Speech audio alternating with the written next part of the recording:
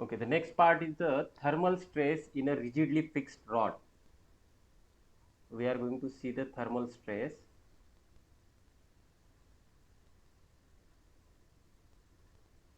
in rigidly fixed rod. अब देखना, अगर आप रॉड को कुछ इस तरह से रख देते हो, just I will utilize a simple work.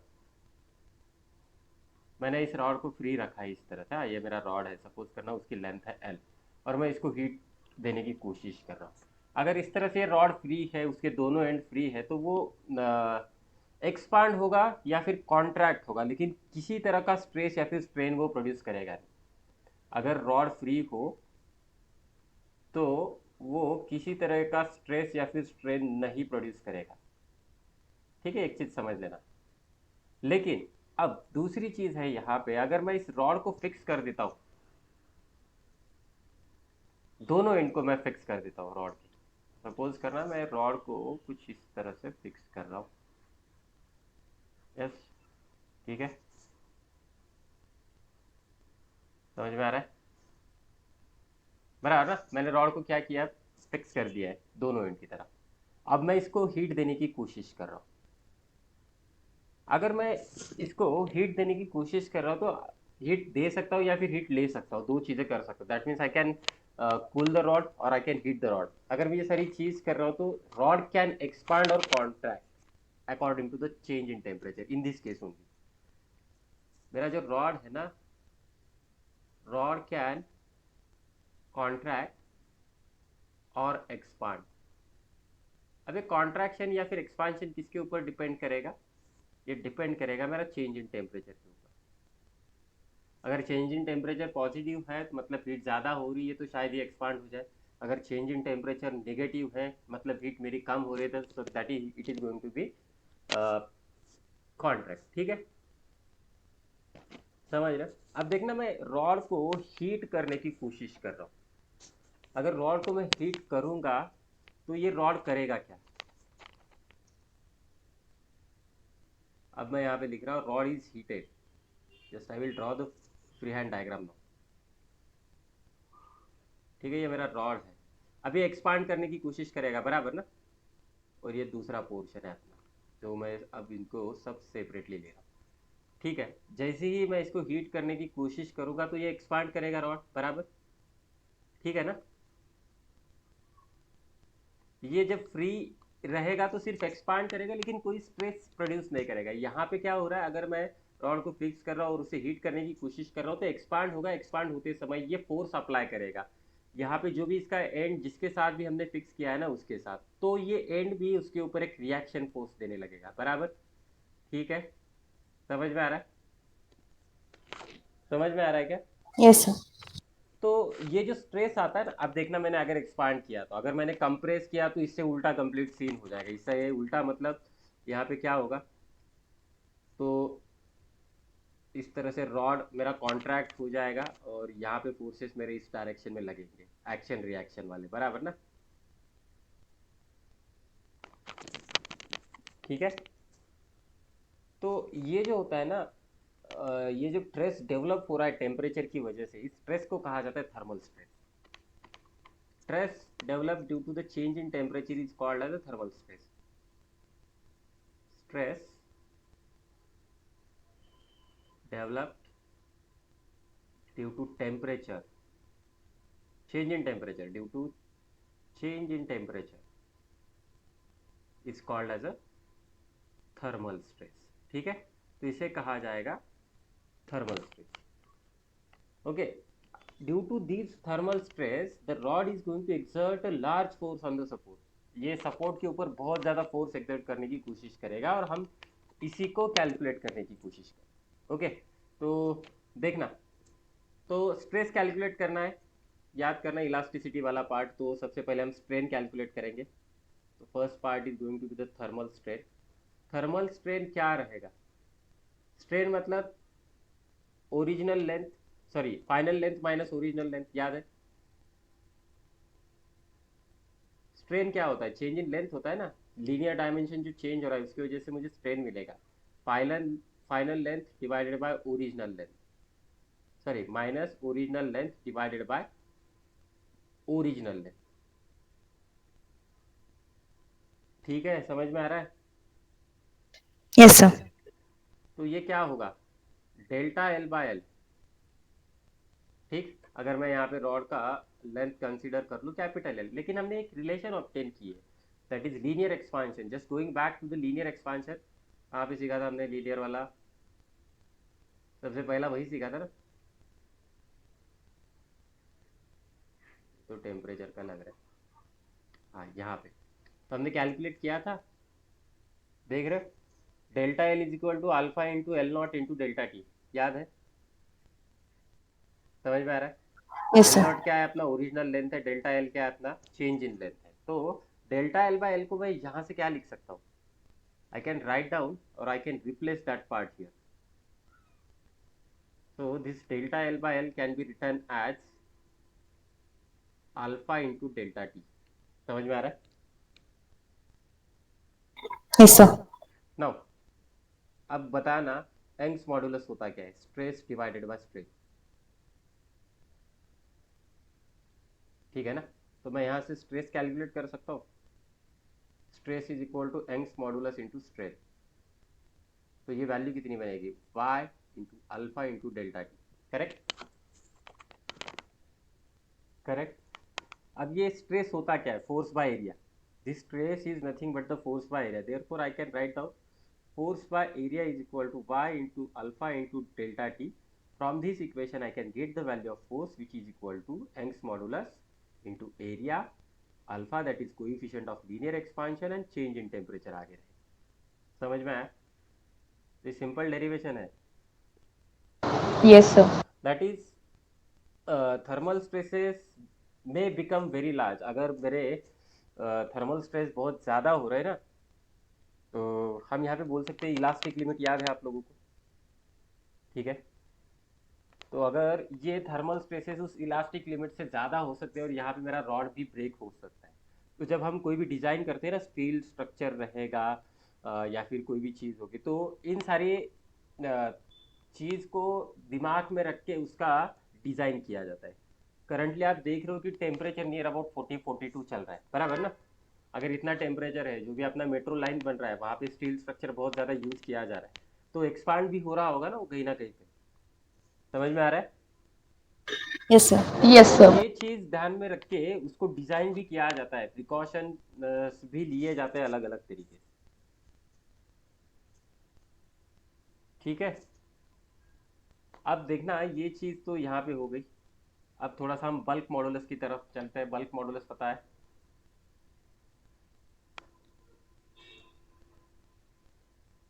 Bulk modulus पता है? मॉडुलस ऑफ फ्रिजिडिटी, बल्क मॉडुलस याद है आप लोगों को? Yes sir. अब देखना, यस अगर सर। कोई बॉडी एक्सपांड हो रही है या कॉन्ट्रैक्ट हो रही है, तो मैं आगे ही लिख देता हूँ, इफ बॉडी इज एक्सपांडिंग और कॉन्ट्रैक्टिंग,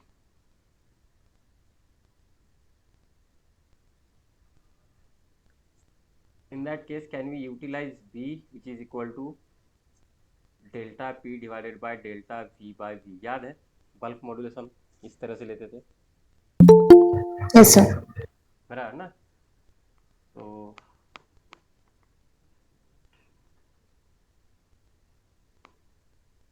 ठीक है, तो यहाँ से चेंज इन प्रेशर निकाल सकता हूँ, delta P is equal to P into delta V by we.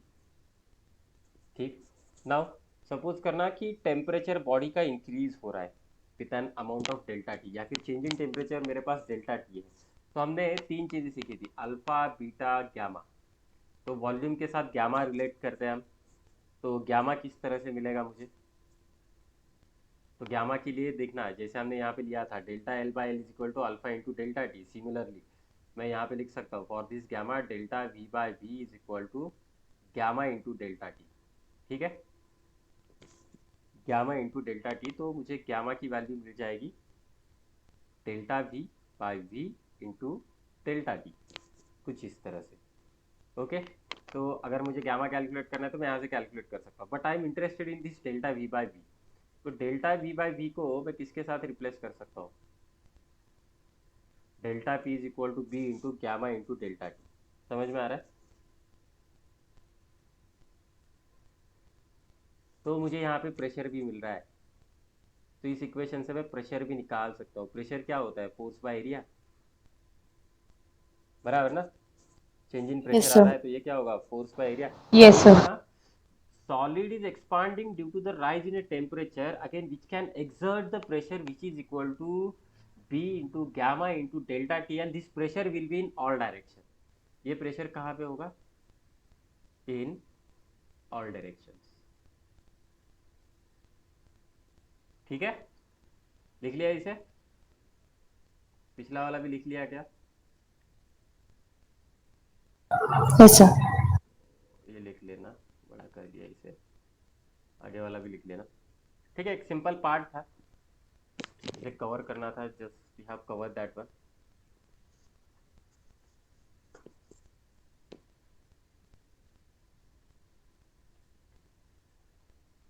Late me know खत्म, अगर आपका खत्म होता है तो।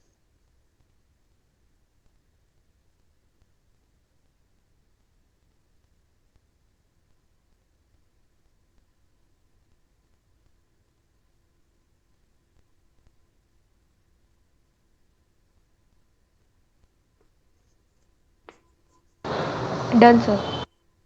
Done, sir. ठीक, नेक्स्ट पार्ट देखना।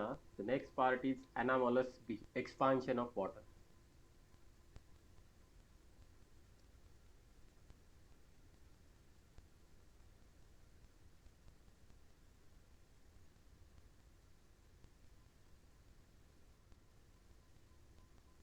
ये इसकी कुछ अलग ही प्रॉपर्टी है जिसकी वजह से ड्यूरिंग द विंटर सीजन जो भी पानी के अंदर रहने वाले क्रिएचर है ना, वो जिंदा रहते हैं इसी बिहेवियर की वजह से। तो इन जनरलाइज हमें क्या चीज़ें पता है? तो देखना, अगर मैं मैटर को, किसी भी मैटर को हीट करता हूँ तो वो क्या होगा रे? अगर मैं हीट करता हूँ तो एक्सपांड हो जाएगा, बराबर ना? किसी भी मैटर को अगर मैं उसे कूल करूँ तो वो क्या होगा? कॉन्ट्रैक्ट होगा। अब ये बात भी सही है in case of the water, लेकिन ये कहाँ तक?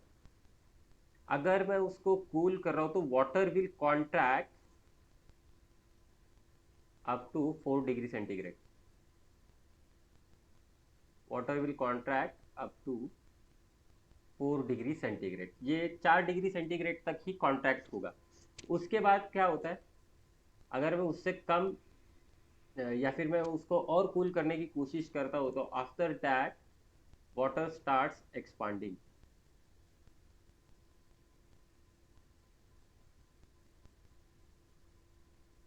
ठीक है, समझ में आ रहा है? ये कहाँ तक एक्सपांड होता है? until the temperature of water reaches to 0 degree centigrade. until the temperature of water reaches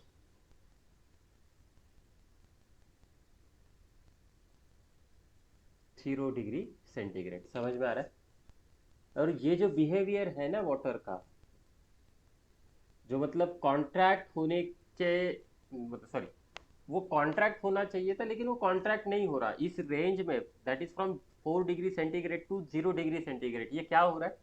expand होने लग रहा है, और इसी बिहेवियर को कहा जाता है anomalous behaviour of the water. ठीक है, अब देखना, और एक चीज, अगर यहाँ पे डेंसिटी देखी जाए तो at this situation 4 degree centigrade to 0 degree centigrade, तो ये लेस डेंस होता है। यहाँ पे वाटर रहेगा मेरा लेस डेंस।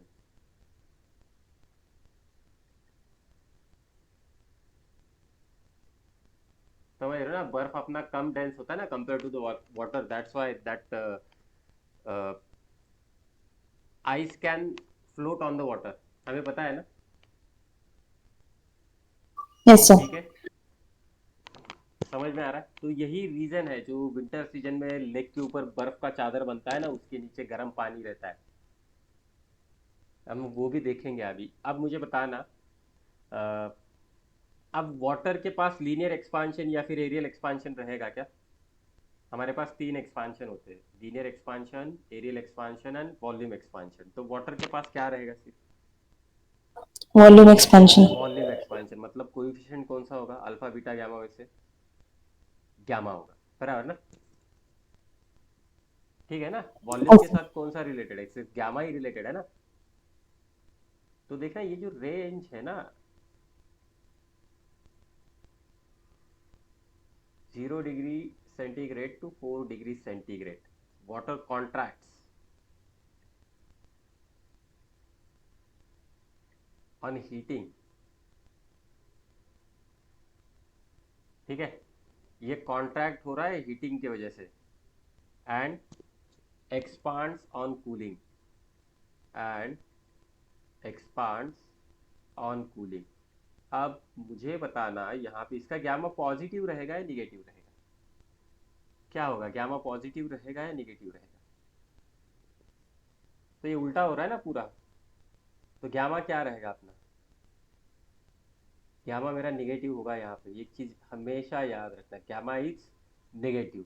और इस रेंज में वाटर की, सॉरी, उस वाटर की डेंसिटी कम रहेगी। जब ये बर्फ बन रहा होगा ना, तब उसकी डेंसिटी कम होती है। ठीक है, समझ रहे हो? अब इसका एप्लीकेशन कहाँ पे है? जैसे मैंने बोला कि लेक के ऊपर ये वाटर एक आइस की शीट बनाता है। ओके, कहाँ पे जी? विंटर सीजन में। ठीक है, जैसे जैसे विंटर आता है तब वाटर का टेम्परेचर क्या होता है इनिशियली? मुझे ज़रा बताना। अब कुछ सीक्वेंस देखते हैं हम, जहाँ पे थोड़ा सा समझ लेना एक चीज़। अब मैं कुछ चीज़ें लिख रहा हूँ, देखना। एज विंटर अप्रोचेस, मतलब ठंडी बढ़ रही है, बराबर? तो इसके वजह से क्या होता है? Initially water temperature increases at the surface. Water temperature increases at the surface. ठीक, सरफेस का वाटर टेम्परेचर इंक्रीज होता है। नेक्स्ट, अब ये जो वाटर है ना, टेम्परेचर बढ़ने की वजह से वो नीचे जाता है। जो गर्म पानी है ना, उसकी डेंसिटी ज़्यादा होने की वजह से वो क्या होगा? नीचे जाएगा। सेकेंड स्टेप यहाँ पे होगी क्या? The water there sinks because of increase density. The water there sinks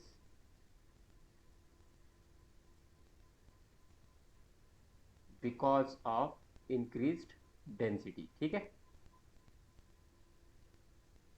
मतलब देखना, वो गर्म पानी अब क्या हुआ? नीचे चला गया, बराबर? ठीक है, जैसे ही मेरा सरफेस का टेम्परेचर 0 डिग्री सेंटीग्रेड होता है, ओके, तो वो जो लेक होता है ना, यहाँ पे क्या होता है? उसके ऊपर आइस बनने चालू होता है। गर्म पानी क्या हुआ? मेरा नीचे गया। As temperature of surface reaches 0 degree centigrade. ठीक है, तो जैसे ही 0 डिग्री सेंटीग्रेड होता है तो मेरा लेक क्या होने लगता है? लेक कवर होने लगता है आइस के साथ। तो लेक बिकम्स, और क्या बोल सकते हैं हम इसे? हाँ ठीक है, lake becomes covered with ice. Steps लिख लेना है अच्छी तरह से। ओके, अब देखना, और एक चीज होती है, वाटर और ice they are not good conductor of heat. जिसके वजह से क्या होता है? जो अंदर पानी चला गया है ना, गर्म पानी अंदर चला गया है, उसकी हीट बाहर निकलती ही नहीं है। जिसके वजह से अंदर आपको, जैसे आप बर्फ के नीचे जाओगे जहाँ पे पानी होगा, वहाँ पे आपको टेम्परेचर ज़्यादा मिलेगा। समझ में आ रहा है? क्यों? वाटर और ये जो आइस होता है ना, they are not good conductors of the heat. ठीक है, और यही वजह है जिसकी वजह से जो पानी के नीचे क्रिएचर रहते हैं ना, बर्फ के नीचे, वो जी सकते हैं, क्योंकि वहाँ पे टेम्परेचर वाटर का उतना ज़्यादा होता नहीं है, उतना कम होता नहीं है, सॉरी। तो ये थोड़ा सा गर्म होता है compare to the outer temperature. समझ में आया? Yes sir. अगर देखना, अगर ये वाटर दूसरी तरीके से होता, दूसरे लिक्विड की जैसे, मतलब मैंने हीट निकाल ली तो कंप्लीटली कॉन्ट्रैक्ट हो गया, तो अपना आर्कटिक ओशन जो है ना पूरा बर्फ का बन जाता ना विंटर सीजन में, समझ रहे हो? अगर पूरा बन जाता, जहां तक जितनी डेप्थ है वहां तक पूरा बर्फ बन जाता, जो भी अपनी एक्वेटिक लाइफ है वो जिंदा रहती क्या? जिंदा रहती क्या No. उस केस में? नहीं। यही एक रीजन है कि ये, इसीलिए इसे कहा जाता है एनालॉगस बिहेवियर ऑफ वाटर। समझ में आया? और Yes, sir. Yes, sir. ये बुक में कहाँ पे दिया है, मैं वो भी चीज बता देता हूँ।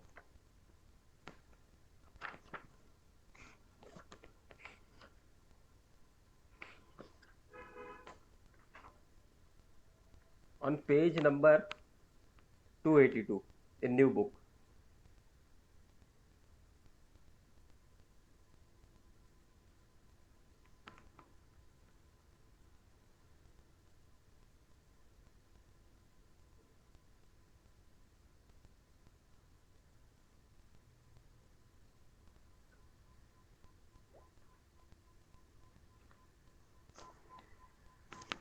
ठीक है, तो वहाँ पे थ्री पार्ट दिया गया है, जस्ट गो थ्रू दैट। समझ में आई ये चीज? Yes, sir. आगे बढ़े अब हम, सॉरी। तो अगला वाला पार्ट है calorimetry. The next part is calorimetry. देखना मैं भगा नहीं रहा हूँ, पहली चीज की ये थ्योरी वाला पार्ट था तो वो जो कवर कर लिया, अब हम कैलोरीमेट्री का भी आज थ्योरी पार्ट कवर करेंगे। ठीक है, ना व्हाट इज कैलोरीमेट्री। अब देखना हीट होता क्या है। तो हमने देखा था कि हीट मतलब कोई एनर्जी एनर्जी है नहीं, एक अलग से एनर्जी है नहीं। अगर किसी दो बॉडी के बीच में टेम्परेचर डिफरेंस आता है तो एक प्रोसेस होती है जहाँ पे मेरी हीट एनर्जी ट्रांसफर होने लगती है, और जो भी एनर्जी ट्रांसफर होने की प्रोसेस है ना, तो उसे हम हीट कहते हैं। बराबर, ठीक है, समझ में आया? अब देखना, जब कोई सब्सटेंस को तुम लोग हीट करते हो ना, that means we are going to transfer the energy into that substance. और उस सब्सटेंस को क्या कर रहे हैं हम, कांटेक्ट में रख रहे हैं किसके साथ? सराउंडिंग के साथ, जहां पे सराउंडिंग का टेम्परेचर ज्यादा। ओके, समझ में आ रहा है? समझ में आ रहा है क्या? तो देखना ये जो Yes, sir. कैलोरीमेट्री है ना, कैलोरीमेट्री क्या होता है? तो एक प्रोसेस है किसकी? It is a process of heat exchange between the bodies and system, is known as a calorimetry. अगर कैलोरीमेट्री को डिफाइन करना है तो I can define that the process of heat exchange between the process of heat exchange between bodies and system, bodies and system, इसे क्या कहा जाता है? Is known as calorimetry, is known as calorimetry. ठीक है, अब देखना ये कैलोरीमेट्री एक सिंपल टर्म हमने डिफाइन कर ली। तो जब कोई साइंटिस्ट इस हीट को स्टडी करने की कोशिश कर रहे थे इन द अर्लियर ईरा, ठीक है, तो इनिशियली उन्होंने एक चीज़ कंसिडर कर ली थी। ठीक है, उन्होंने एक फ्लूइड कंसिडर कर लिया था, और उस फ्लूइड का नाम था caloric, and that flowed from one substance to another substance and caused changes in temperature. तो इन लोगों को पहले पता नहीं था कि ये हीट क्या है, जब तक टेम्परेचर डिफरेंस होता नहीं तब तक एनर्जी मेरी ट्रांसफर होती नहीं। तो इन लोगों ने क्या सोचा कि नहीं, ये हीट, ये कुछ तो ट्रांसफर हो रहा है, ये जो कुछ तो है ना, उसको नाम दिया है इन्होंने।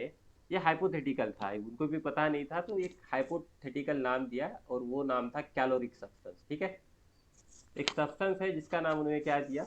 कैलोरिक। और कैलोरिक क्या है? तो एक फ्लूइड है, क्योंकि यहाँ पे हीट फ्लो हो रहा है। कैलोरिक क्या है? मेरा फ्लूइड है। इस फ्लूइड की वजह से क्या हो रहा है मेरा, ये फ्लूइड सबसे पहले फ्लो हो रहा है। Due to this flow there is change in temperature, ऐसा उन्होंने कंसिडर कर लिया था। There is change in temperature. समझ में आ रहा है? दो बॉडी के बीच में अगर डिफरेंट टेम्परेचर है तो उसका वजह उन्होंने क्या बताया, एक नया वाला फ्लूइड कंसिडर कर लिया जिसका नाम है कैलोरी, जो फ्लो होने की वजह से उनको चेंज इन टेम्परेचर मिला। समझ में आ रहा है? Again this is the mythical fluid. जैसे आप देखोगे वेव ऑप्टिक्स में न्यूटन्स कर्विस्कुलर थ्योरी, अगर ये वहाँ पे देखोगे, वैक्यूम के जगह पे उसने ईथर कंसीडर किया था। तो हम वो 12th में देखेंगे वेव ऑप्टिक्स में पार्ट सेकेंड में, वो वहाँ पे भी कुछ इस तरह से हाइपोथेटिकल चीज़ कंसीडर कर दी।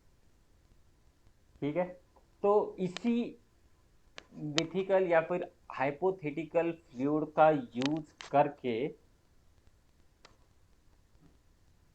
हीट के यूनिट को डिफाइन किया गया था। यूनिट ऑफ हीट सबसे पहले उसे डिफाइन किया गया था एज ए कैलोरी। ओके, समझ में आ रहा है? Now what is calorie? Hypothetical fluid है जो फ्लो हो रहा है, जिसकी वजह से मुझे चेंज इन टेम्परेचर मिल रहा है। तो ये क्या है मेरा यूनिट ऑफ हीट, ये सबसे पहले कंसीडर किया गया था। और उसे डिफाइन किस तरह से किया गया था? अमाउंट ऑफ एनर्जी, देखना इसकी डेफिनेशन, कैलोरी की definition, amount of energy required or necessary to rise the temperature or to raise the temperature, amount of energy required to raise the temperature, कहाँ से कहाँ तक और किसका, ये भी सबसे इंपॉर्टेंट चीज है, ऑफ 1 ग्राम ऑफ वाटर, ये वाटर के ऊपर डिफाइन किया गया है। Amount of energy required to raise the temperature of 1 gram of water from 14.5 degree centigrade to 15.5 degree centigrade. कुछ इस तरह से कैलोरी को डिफाइन किया गया। समझ में आ रहा है? समझ में आ रहा है क्या? ये Yes, अर्लियर sir. यूनिट था, तो ये Yes, sir. उसके बाद हम एसआई सिस्टम में उसे लेके आएंगे, नो इशू। लेकिन मोस्ट ऑफ द टाइम जब हम हीट को मेजर करते हैं तो कैलोरी में ही मेजर करते हैं, बराबर ना? Yes, sir. जो वो जिम विम करते तो कितनी कैलोरीज बर्न किया, कितना फैट बर्न किया, ये सारी चीजें हम कंसीडर करते हैं ना। ठीक है, समझ में आया कैलोरीमेट्री है क्या? तो ये क्या है? Process of heat exchange between bodies and system is known as the calorimetry. इन लोगों को जब पता नहीं था तब उन्होंने एक फ्लूइड कंसीडर किया था जिसका नाम था कैलोरी फ्लूइड, जो कि फ्लो हो रहा है और जिसकी वजह से हमें चेंज इन टेम्परेचर मिल रहा है। और इसी का यूज करके उन्होंने इस हीट का यूनिट डिफाइन कर दिया, that is amount of energy required to raise the temperature of 1 gram of water from 14.5 degree centigrade to 15.5 degree centigrade. ठीक, now the next part is the specific heat capacity.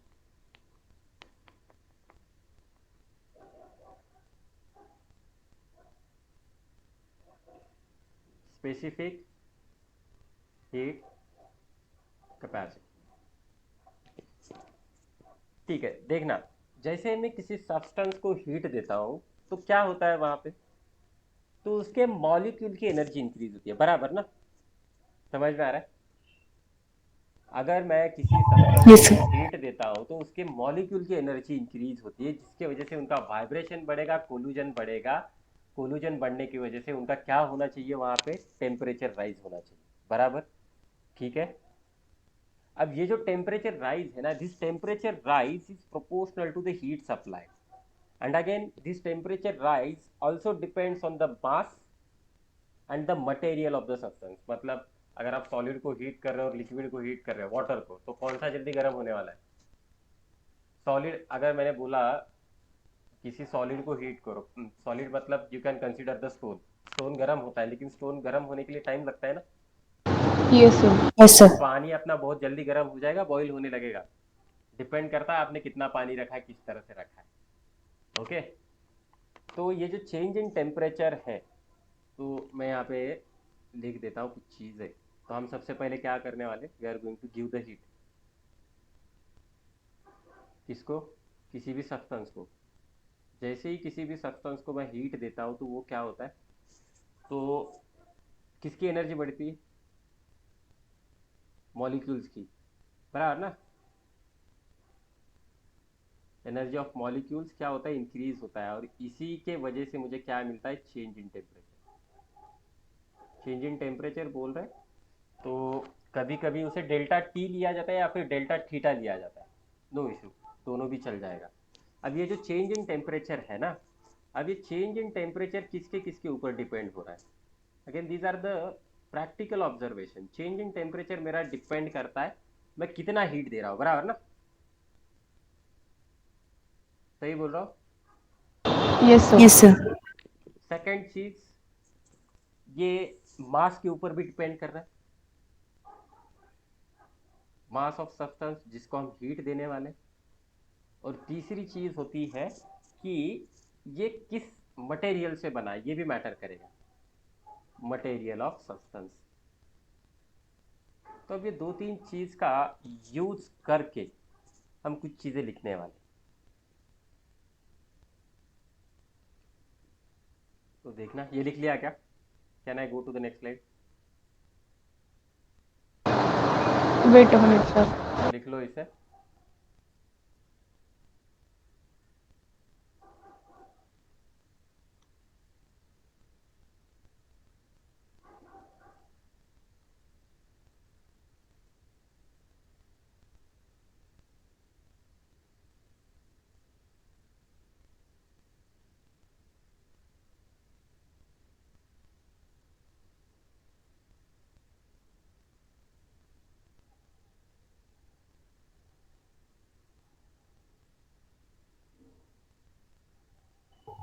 Done, sir. Done, sir. ठीक है, okay चलो। तो देखना, मैं अब यहाँ पे अज्यूम कर रहा हूँ कि मैंने डेल्टा क्यू हीट दी है बॉडी को, जिसका मास है m, और जिसकी वजह से मेरा टेम्परेचर राइज हो रहा है डेल्टा टी से। तो ये जो डेल्टा क्यू है ना, तो मैं कुछ इस तरह से लिख लूँ क्या? देखना, delta Q is directly proportional to M. मैं कितना मास को हीट दे रहा हूँ वो भी इंपॉर्टेंट है। और ये जो डेल्टा क्यू होता है ना, ये डिपेंड करता है, सॉरी, डेल्टा क्यू की वजह से मेरा टेम्परेचर भी चेंज हो रहा है। अगर मैं इन दोनों को ऐड कर दूं तो मुझे क्या मिलेगा? Delta Q is directly proportional to M into delta T. ठीक है, समझ रहे हो? Yes, sir. अब मैं यहाँ पे प्रोपोर्शनैलिटी कांस्टेंट ले सकता हूँ, delta Q is equal to M C delta T. या फिर ठीक है, तो इसे स्टेप वाइज लिखते हैं हम।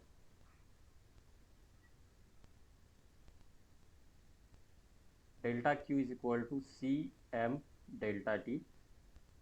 तो ये जो C होता है ना, this is the proportionality constant, इसको हम बाद में डिफाइन करेंगे। एक्चुअली ये होता है मेरा specific heat capacity of a material. This C stands for the specific heat capacity of the material. ठीक है, कई कई बुक में इसे C यूज किया गया है, कई कई बुक में इसे S यूज किया गया है। ओके, ठीक है। तो मुझे यहाँ से एक डेल्टा क्यू की वैल्यू मिल जाएगी which is equal to M C delta T. तो ये बहुत इंपॉर्टेंट चीज़ है जब हम ये कैलोरीमेट्री या फिर थर्मल एक्सपांशन पढ़ रहे हैं ना, तो इसका हमें बहुत यूज़ करना पड़ता है, बहुत सारी चीज़ें इसी के ऊपर डिपेंड करती है। ठीक, where C is proportionality constant known as specific heat capacity of material.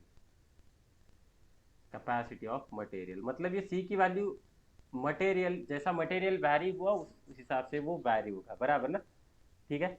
अब देखना, मैं यहाँ पे अगर मास को 1 लेता हूँ, 1 ग्राम, और चेंज इन टेम्परेचर भी ले रहा हूँ 1 degree centigrade. If m is equal to 1 gram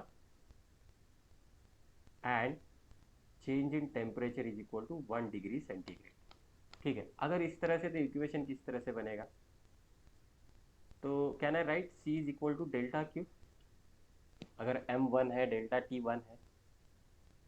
Yes, sir. Yes, sir. now what is specific heat capacity of any material? तो मैं यहाँ से स्पेसिफिक हीट कैपेसिटी को डिफाइन कर सकता हूँ, amount of heat required, the amount of heat required for unit mass of a body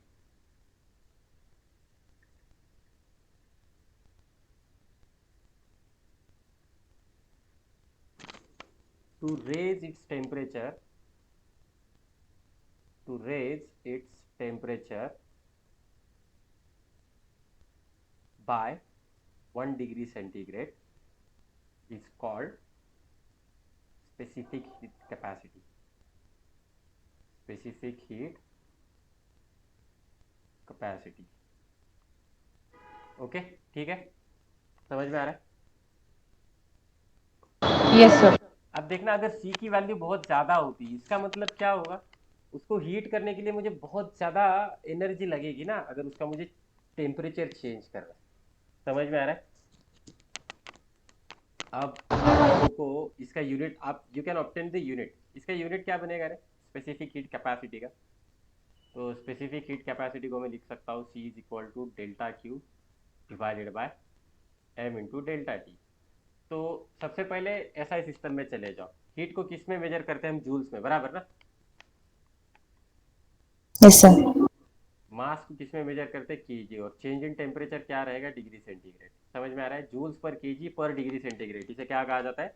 joules per KG पर degree centigrade. ये हुआ इसका एसआई यूनिट। मैं इसको सीजीएस सिस्टम में भी लेके आ सकता हूँ, जो कि हम मोस्टली यूज़ करते हैं। सीजीएस सिस्टम में देखा जाए तो ये होता है कैलोरी पर ग्राम पर डिग्री सेंटीग्रेड। ये है मेरा सीजीएस यूनिट। अभी आपको एक टास्क रहेगा, you need to find out the dimensions of this. Can you do that? Dimensions find out कर सकते हो क्या? Yes, sir. ठीक है, Yes, sir. आपको फाइंड आउट करना है। नेक्स्ट, तो कुछ इंपॉर्टेंट चीज़ें हैं, वो हम समझ लेते हैं।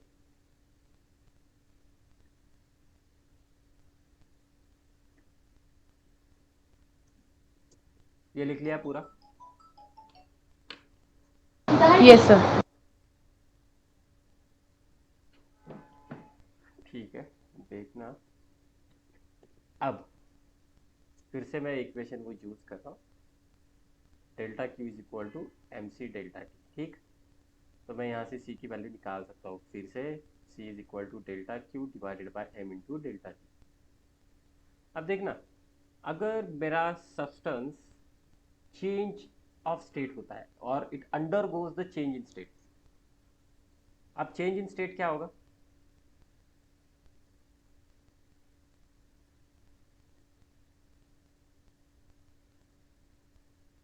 चेंज इन स्टेट क्या होगा? और चेंज ऑफ स्टेट, अरे क्या होगा? सॉलिड से लिक्विड बन रहा है, लिक्विड से गैस बन रहा है, बराबर ना? या फिर गैस से लिक्विड, लिक्विड से सॉलिड, बराबर? ठीक है। अब देखना, ये जो चेंज इन स्टेट होता है ना, this change in state occurs at a constant temperature. ये जो चेंज इन स्टेट होता है, ये हमें मिलता है कांस्टेंट टेम्परेचर के ऊपर। Occurs at constant temperature. ठीक, अगर टेम्परेचर कांस्टेंट हो तो डेल्टा टी की वैल्यू कितनी बनेगी? 0। समझ रहा है क्या? चेंज ऑफ स्टेट मुझे कहाँ पे मिलता है? कांस्टेंट टेम्परेचर के ऊपर, बराबर ना रे? सही बोल रहा हूँ? Yes, sir. Yes, sir. अगर डेल्टा टी ही 0 है तो सी कितना बनेगा? सी कितना बनेगा? तो मैं यहाँ पे डायरेक्टली लिख लूँ delta Q divided by 0 and which is equal to infinity. समझ में आ रहा है? Yes, sir. Yes, sir. समझ में आया? तो एक चीज़ हमेशा याद रखना, तो हम कुछ अलग चीज़ यहाँ पे यूज़ करने वाले हैं। अगर कोई चेंज ऑफ स्टेट होता है तो हम उसे अलग तरीके से यूज़ करेंगे। अब कुछ चीज़ें आप लोगों को याद रखना है। क्या याद रखना है? स्पेसिफिक हीट ऑफ वाटर वो होता है 1 कैलोरी पर ग्राम पर डिग्री सेंटीग्रेड। ठीक है, सी वाटर लिखा है मैंने यहाँ पे। नेक्स्ट होता है सी आइस। ये चीज़ें आप लोगों को रटनी है। उसका होता है 0.5 कैलोरी पर ग्राम पर डिग्री सेंटीग्रेड। और तीसरा होता है specific heat of capacity of steam and which is equal to 0.48 calorie gram per degree centigrade. तो ये आप लोगों को वैल्यूज याद रखनी है।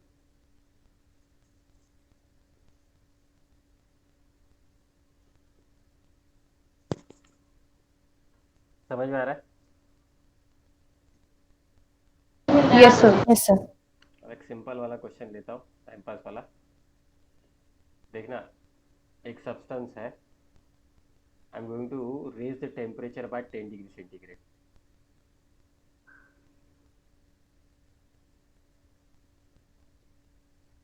टेम्परेचर बाय 10 डिग्री सेंटीग्रेड, और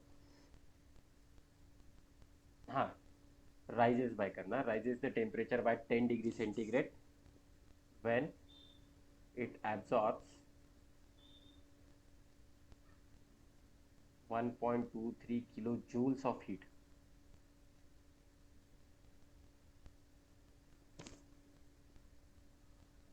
whose mass is 525 gram. Question पूछा है find the specific heat capacity of substance.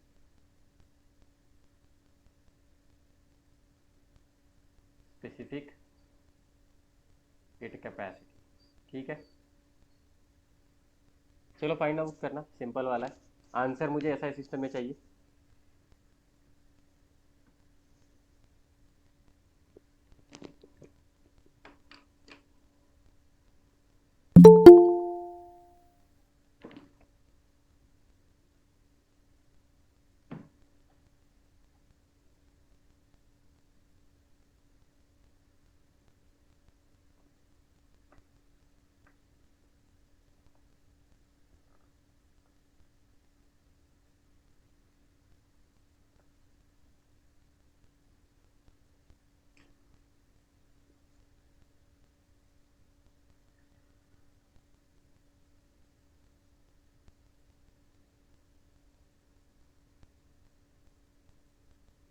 कितना आ रहा है answer?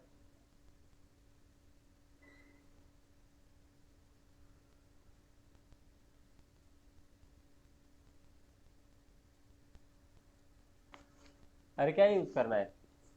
Q is equal to M C delta T, बराबर ना। अभी हमने डेल्टा क्यू दिया है, इनिशियल जीरो लेना। आपको यहाँ पे क्या है, तो हीट दी गई है, तो in short they have given the delta Q. तो डेल्टा क्यू की वैल्यू कितनी दी गई है? 1.23 kilo joules, that means 10 to the power 3 joules. Next मुझे मास दिया गया है 525 gram, which is equal to 0.252 kg, और टेम्परेचर राइज है delta T is equal to 10 degree centigrade. तो क्या है, सी निकालना है, C is equal to delta Q divided by M into delta T. Just put the values. Sir hmm, एक minute. क्या हुआ? No sir. ठीक है ना, अभी इसे सॉल्व करना है। Do not use the calculator, calculator use मत करना।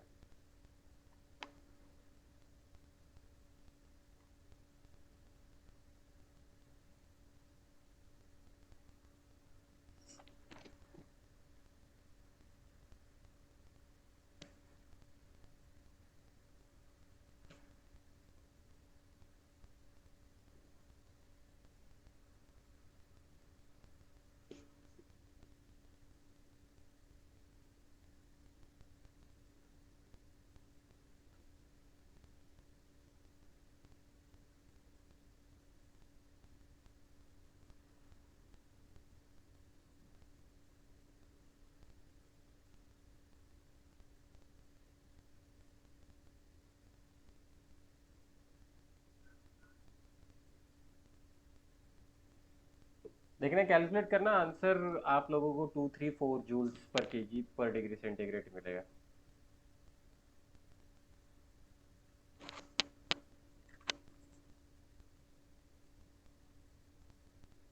Yes, sir. 2, 3, 4, 5.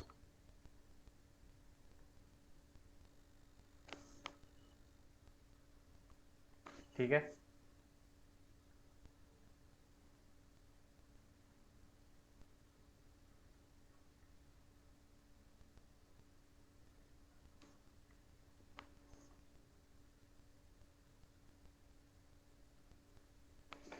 मैंने नेक्स्ट क्वेश्चन भेजा है ग्रुप में, देख लिया?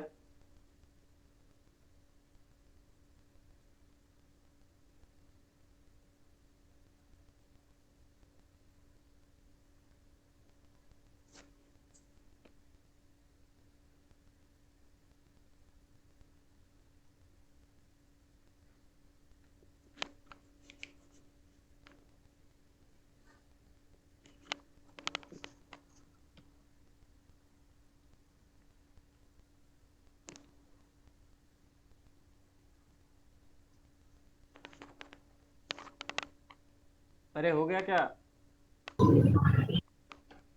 Sir, Q is 7.5 into 10 raised to 5 joule. किसका निकाला? अगले वाले क्वेश्चन का? हाँ सर. अरे मैं पहला वाला पूछ रहा हूँ, पहला वाला आया क्या? हाँ सांगितलं ना सर 2 3 4 2 8. ओके। ठीक है, अगला वाला क्वेश्चन देखना, अगले वाले में क्या दिया है। एक्चुअली एक 10 किलोवाट का ड्रिलिंग मशीन है, मतलब उस मशीन का पावर दिया गया है हमें। ठीक है। What is the relation between energy and power? Power is equal to energy divided by time. ये सिंपल वाला फंडा यहाँ पे यूज करना है। अब एक एल्यूमिनियम का ब्लॉक है जिसका मास है 8 kg। नाउ क्वेश्चन हमें पूछा गया है what is the rise in temperature of the block in 2.5 minutes. तो मतलब आप लोगों को यहाँ पे उस 2.5 मिनट्स में एनर्जी निकालनी है। ठीक है। आगे ये भी दिया गया है कि assuming 50% of power is use up in heating the machine. तो इस क्वेश्चन में आपको सबसे पहले कैलकुलेट वही करना है कि ये कितना हीट यूज कर रहा है। तो पावर क्या होता है? Energy divided by time. तो मैं यहाँ से एनर्जी निकाल सकता हूँ पावर इंटू टाइम। अब मुझे टाइम दिया है 2.5 मिनट्स, तो ये कितने सेकंड हो गए रे? 150 seconds. तो ये बनेगा 150 सेकेंड। ठीक है। तो 10 किलोवाट, तो किलो में है वो 10 टू द पावर 3। टाइम दिया गया है 150, तो ये आप लोगों को मिलेगा 15 into 10 to the power 5 joules, इतनी एनर्जी। लेकिन ये पूरी की पूरी एनर्जी कहाँ पे यूज हो रही? सर 1.5 घेतलं तर नाही चालणार का? चलेगा, कोई प्रॉब्लम नहीं है, कोई इशू नहीं है। ठीक है। यूज होने वाली एनर्जी कितनी? यूज्ड एनर्जी किसके लिए? हीटिंग के लिए। फॉर हीटिंग वो कितना है? Q इज इक्वल टू 0.50% दिया है ना, तो 0.5 टाइम्स ऑफ ई। तो ये बनेगा, चलो आपने बोला 1.5 तो मैं भी 1.5 कर देता हूँ। तो 0.75 इंटू 10 टू द पावर 6, तो ये बनेगा 7.5 इंटू 10 टू द पावर 5। तो इतनी एनर्जी यूज हुई है। Next they have given the mass also, mass भी दिया गया है 8 kg। अब क्या निकालना है आपको? ये Q ले लो या फिर डेल्टा Q ले लो। Delta Q is equal to MC delta T। Now in the last line they have given the specific heat of that substance. वो कितना है? 0.91 joules per gram degree centigrade. अब ये पर ग्राम दिया गया है, उसका क्या करना है? You need to convert that C की वैल्यू कितनी दी गई है? 0.91. हाँ, आगे आगे भी पढ़ो। जूल्स पर ग्राम दिया है पर डिग्री सेंटीग्रेड, ऐसा सिस्टम में लेके आओ। 1 ग्राम मतलब कितना केजी? 1000. हाँ, 1000 kg। 1/1000. 10 to the power -3 kg। सही लिख रहा हूँ क्या? अरे 1 ग्राम मतलब कितना? 10 टू द पावर -3 kg ना। सर मैंने बोला 1/1000. 1/1000 बोला क्या? ठीक है। तो देखना ये कितना हो जाएगा। तो ये बनेगा 0.91 into plus 10 to the power 3, ऊपर चला जाएगा, ये आएगा जूल्स पर केजी पर डिग्री सेंटीग्रेड। ठीक। अब चलो वैल्यू उठाओ, आंसर फाइंड आउट करो। स्वामिनी, गलत किया ना ये वाली चीज? सर मी क्यू काढलेलं ना 7.5 सांगितलेलं तुम्हाला. मी पुढचं नव्हतं काढलं फक्त. डेल्टा टी कैलकुलेट करना है। डेल्टा टी, डेल्टा टी हा मग मी ते पुढचं नव्हतं सोडवलं. सोडवते एक मिनिट. चलो वैल्यू रखो, आंसर मिल जाएगा। मास है 8, ये है 0.91 एंड 10 टू द पावर 3। 103. हाँ, अराउंड 103। तो चेंज इन टेम्परेचर कितना है? 103 डिग्री। ठीक है, समझ में आया? Yes sir.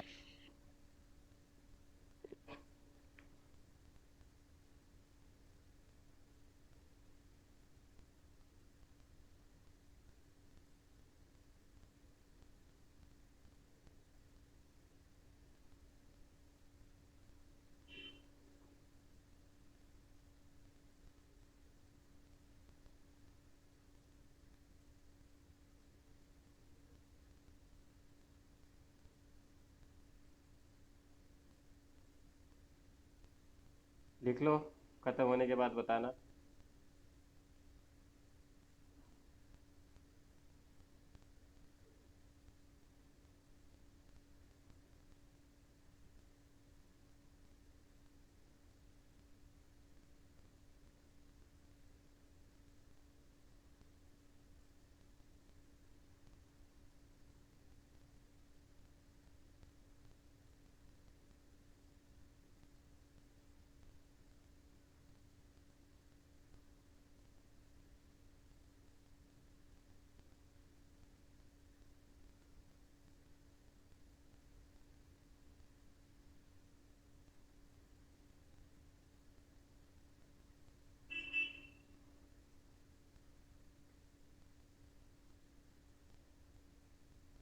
आगे बढ़े।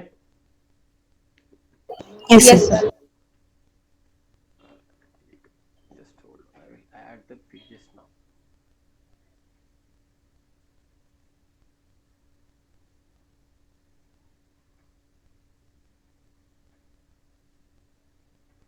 Now the next part is the mechanical equivalent of heat.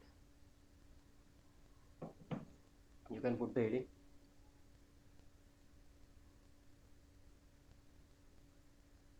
Mechanical equivalent of heat. ठीक है।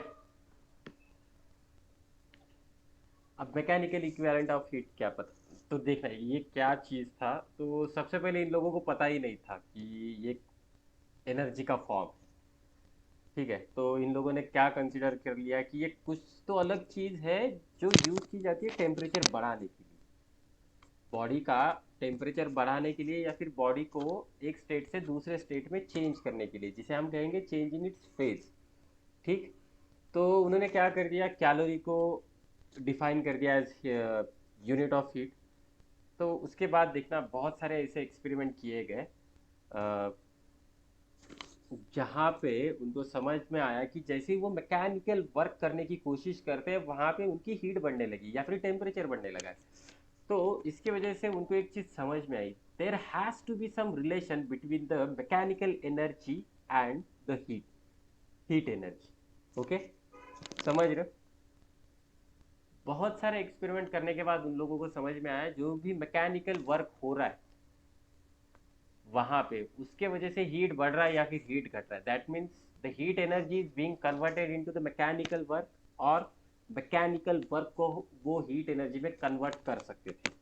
तो इसके वजह से उन्होंने क्या किया कि mechanical equivalent of heat find out करने की कोशिश की, और इसके पीछे जिसने काम किया था उसका नाम था जूल्स। आपने सीखा है ना जूल्स हीटिंग इफेक्ट, आई स्क्वायर आर डी, याद है जूल्स हीटिंग इफेक्ट। तो देखना इसमें क्या समझना है, मैकेनिकल इक्विवेलेंट ऑफ हीट में क्या समझना है। मैकेनिकल एनर्जी को हम डायरेक्टली थर्मल एनर्जी में कन्वर्ट कर सकते हैं, या फिर थर्मल एनर्जी को हम डायरेक्टली मैकेनिकल एनर्जी में कन्वर्ट कर सकते हैं। और इन दोनों के बीच में जो रिलेशन है ना, इसने ऑब्टेन कर लिया विथ सर्टन वैल्यू, एक न्यूमेरिकल वैल्यू फाइंड आउट कर ली। ठीक, तो उसे एक चीज समझ में आई, जो भी मैकेनिकल वर्क है ना, मैकेनिकल वर्क जो भी कर रहा है वो डायरेक्टली प्रोपोर्शनल था हीट प्रोड्यूस के ऊपर, मतलब जितना भी हीट आ रहा है उसके ऊपर वो डिपेंड कर रहा था। तो या फिर मैं इसे इस तरह से भी बोल सकता हूँ, the ratio of work done to the heat produced always remains constant. Ratio of work done to heat produce,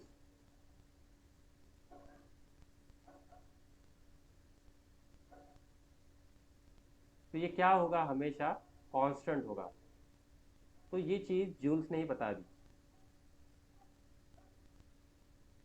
तो उसी का हम यहाँ पे कुछ इस तरह से लिख सकते हैं। देयरफॉर मैं यहाँ पे एक प्रोपोर्शनलिटी कांस्टेंट ले रहा हूँ which is equal to J into Q. तो W by Q is equal to J, और ये जो J होता है ना, this is the mechanical equivalent of heat. इस J को कहा जाता है मैकेनिकल इक्विवेलेंट ऑफ हीट। समझ में आ रहा है, ये J क्या है मेरा, मैकेनिकल इक्विवेलेंट ऑफ हीट। समझ में आया क्या। Yes, sir. Yes. अब देखना, ये जे की वैल्यू हमें क्या दे रही है, जे किसके बारे में हमें बता रहा है? तो ये हमें बताता है कि how many joules of mechanical work is needed to raise the temperature of 1 gram of water by 1 degree centigrade. समझ रहे हो ना? ये हमें किसके बारे में बता रहा है? How many joules of mechanical work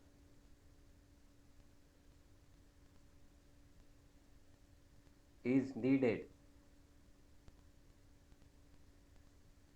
to raise the temperature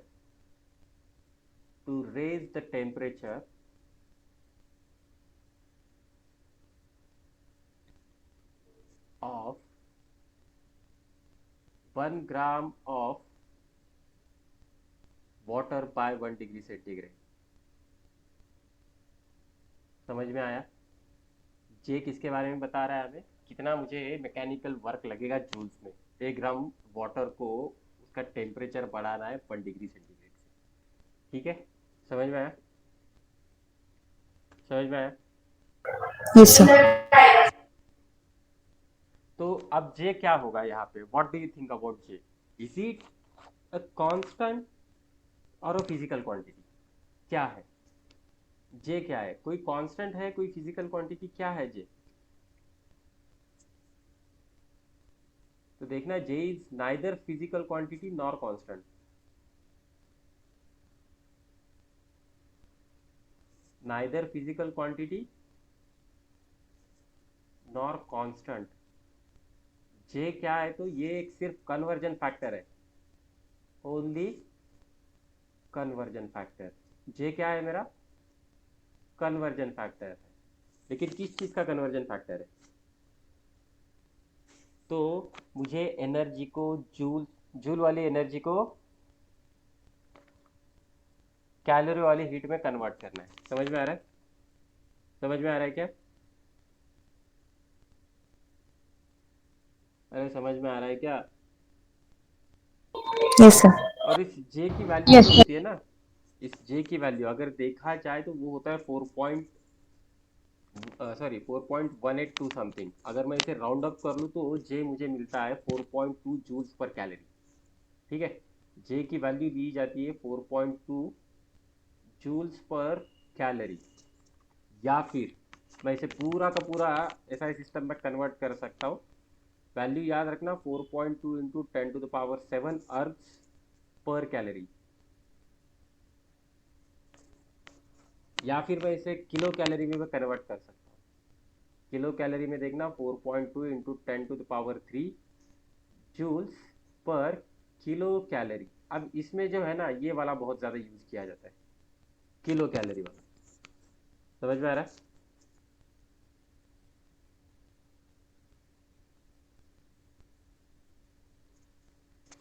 ठीक है, समझ में आ रहा है क्या? Yes, sir. Yes sir. इसका एप्लीकेशन कहाँ पे है? आपने वाटरफॉल देखा होगा, वाटरफॉल देखा होगा कहीं ना कहीं पे, तो लाइव भी देखा होगा, मूवी में देखा होगा। अब देखना, जब वो वाटर ऊपर से नीचे गिर रहा होगा तो उसके पास कुछ सर्टन हाइट होगी। तो मतलब वहां पे एक्चुअली क्या हो रहा है? पोटेंशियल एनर्जी कन्वर्ट हो रही है ना मेरी, बराबर ना? एट सर्टन हाइट के ऊपर अगर कुछ इस तरह से वाटरफॉल आपका आ रहा है, बराबर, यहाँ पे ये आपका हाइट है एच, तो यहाँ पे इसके पास कुछ पोटेंशियल एनर्जी है जो कन्वर्ट होने वाली है आगे जाके। समझ में आया? जब पानी नीचे गिरता है ना तो इसका ये पोटेंशियल एनर्जी कन्वर्ट हो जाता है मेरा हीट में, और यहाँ पे जो है ना पानी का टेम्परेचर बढ़ने लगता है इस पोर्शन में। समझ में आ रहा है? ठीक है, तो अपने पास एक चीज़ है। Yes sir. कौन सी चीज़ है? ये जो वर्क डन है, वर्क डन की वैल्यू कितनी आई? जे इंटू क्यू। ठीक है, अब ये वर्क डन क्या रहेगा? तो ये पोटेंशियल एनर्जी वर्क डन में कन्वर्ट हो रही है ना, तो मैं इसको इस तरह से लिख लूँ, एम जी एच, इतनी पोटेंशियल एनर्जी होगी ना इसके पास। और इस जे को रिप्लेस, सॉरी, इस क्यू को रिप्लेस कर सकता हूँ एम सी डेल्टा टी। तो मैं यहाँ से राइज इन टेम्परेचर कैलकुलेट कर सकता हूँ, मतलब कितना टेम्परेचर वहाँ पे बड़ा होगा। तो ये एम एम कैंसिल, बाकी तो कुछ कैंसिल होगा नहीं। तो डेल्टा टी की वैल्यू कितनी मिलेगी मुझे? डेल्टा टी की वैल्यू कितनी मिलेगी? G H divided by J into C. समझ में आ रहा है? और ये किस में रहेगा? Degree Yes, sir. सेंटीग्रेड में। ये समझ में आया वाटरफॉल का एग्जांपल? Yes, sir. तो यहाँ पे इस पोर्शन में पानी गर्म रहेगा, कितना गर्म है तो आप डायरेक्टली निकाल सकते हो, क्योंकि वाटर का सी तो हमें पता है बराबर, जे की वैल्यू भी पता है, स्मॉल जी की वैल्यू भी पता है। अगर सिर्फ आपको हाइट मिलेगी ना, सपोज करना कि 100 मीटर से वो नीचे गिर रहा है, 100 मीटर बहुत ज़्यादा हुआ, 10 मीटर ले लो, 10 मीटर, तो कैलकुलेट कर सकते हैं कितना टेम्परेचर बढ़ रहा है। Can we calculate?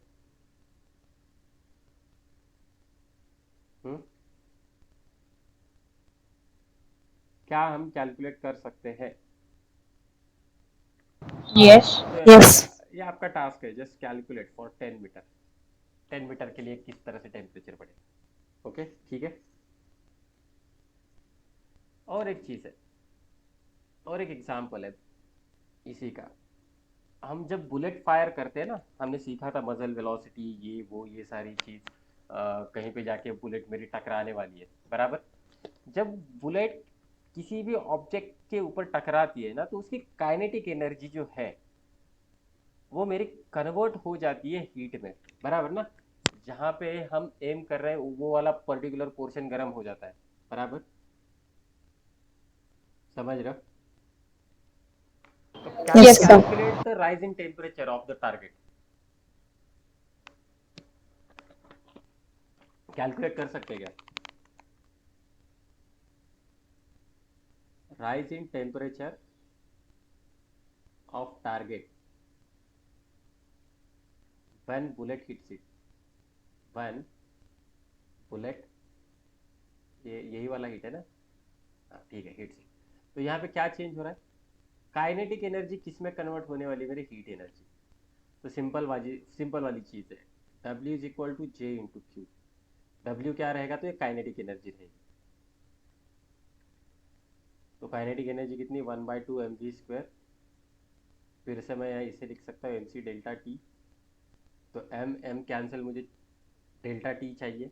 तो डेल्टा टी मुझे मिल जाएगा, delta T is equal to V square divided by 2c delta, बराबर। Sorry, 2c J, not delta, 2c J. अरे समझ रहे हो क्या? Yes, sir. Yes, sir. तो ये रहेगा rise in temperature of the target. तो ये दो एक पर्टिकुलर एप्लीकेशन है, ठीक है। समझ में आया? Yes, sir. तो आई थिंक अब देखना, मैं कुछ क्वेश्चंस आप लोगों को भेज देता हूँ ग्रुप में।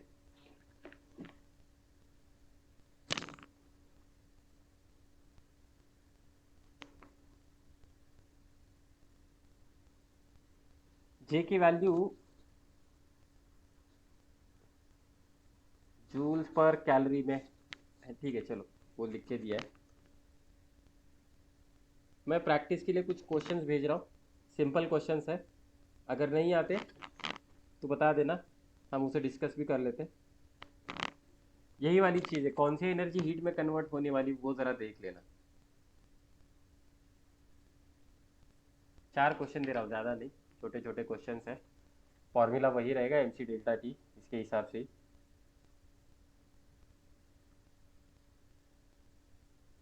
एक मिनट।